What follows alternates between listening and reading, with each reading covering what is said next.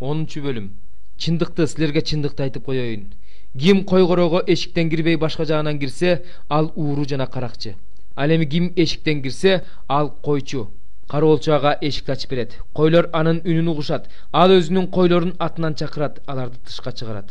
Ал өзүнүн койлорун тышка чыгаргандан кийин алардын алдында басат. Ал эми койлору анын артынан ээрчишет. Анткени алар анын үнүн таанышат.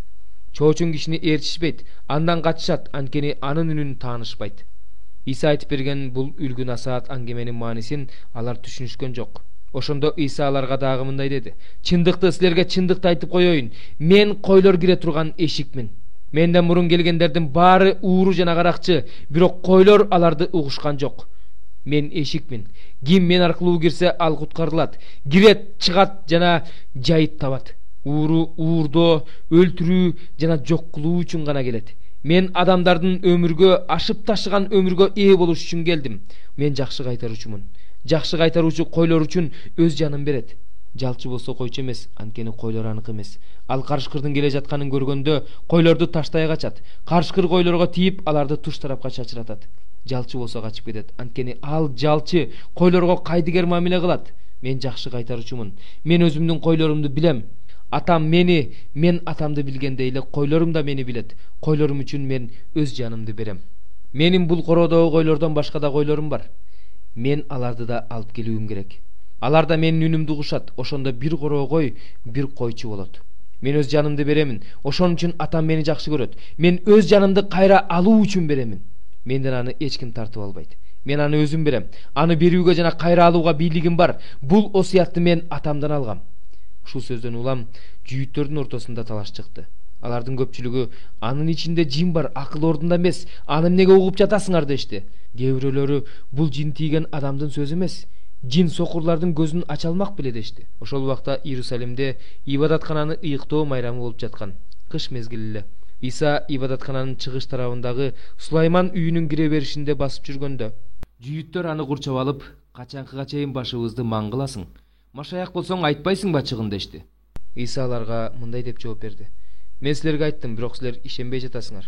Атамдын атынан кылып жаткан иштерим мен жөнүндө күбөлөндүрүп жатпайбы?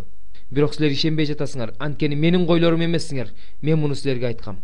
Менин койлорум менин үнүмдү угушат. Мен аларды тааныйм, алар мени ээрчишет. Мен аларга түбөлүк өмүр берем. Алар эч качан өлүшпөйт. Аларды менин колумдан эч ким тартып ала албайт. Аларды мага берген атам баарынан чоң.